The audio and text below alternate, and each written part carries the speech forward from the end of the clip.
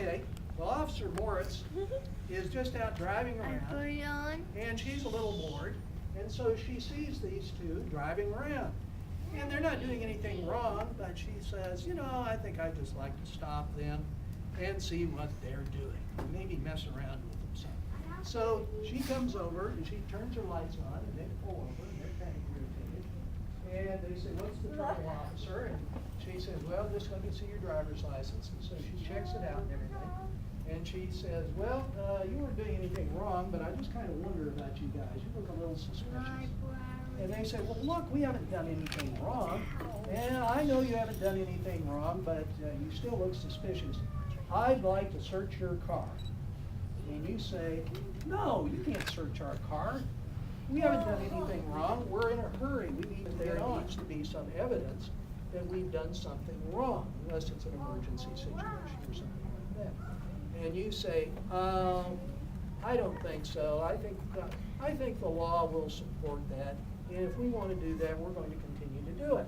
Well, you don't like that. You don't think that's right. You don't think the police have a right to do that. And so you go to the local judge here. Judge, what's your last name? Pineda. Judge Pineda is here, and she hears the argument. And you say, Judge, we don't think the officer and Spike have a right to stop us and check out our car. We weren't doing anything wrong. There was no probable cause. We think this violates the Fourth Amendment. Well, the officer and Spike, you know, they say, well, we think we can. You know, these people, they look a little suspicious. We ought to be able to check them out. We didn't stop them for very long. Well, the judge hears it all, and she does a little research, and she says, I think these two are right. The officer did not have a right to stop them without any cause, and then have Spike check their car. And so she agrees with them, and she signs an order saying that the police can no longer do that, and then, you know, the order is entered.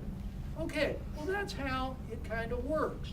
See, these people were being confronted by the police. They said the police didn't have a right to do what they had to do. And so they came to the judge and said, Judge, we don't think they have a right to do that. Could you order the police department not to do that anymore? And the judge, after doing the research, allowed that would be what she would do. And she was assisted by her research attorneys here, who brought her the books that she needed and everything. And so that's an example, a short example, of how a case can be handled in our courts. Now, it could have gone the other way. You know, the officer and Spike could have been going along, and these two maybe were speeding, and they stopped. They were stopped by the officer, and the officer could come up, and when they rolled their window down, the officer smelled drugs, you know, and she got Spike out, and Spike alerted and said there were drugs in there, and so she places them under arrest, and they say, no, you can't do that.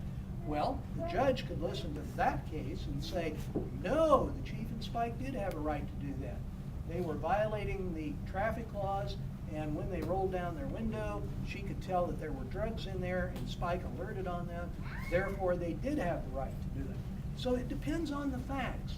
And, you know, you have to look at the law to decide who is right. And that's why we have judges. The judges are supposed to listen to everything and decide them fairly, based on the law, not on whether she likes them or not whether she likes the officer, or whether she likes to pat Spike on the head or anything like that. But she's supposed to do it because that's what the law says.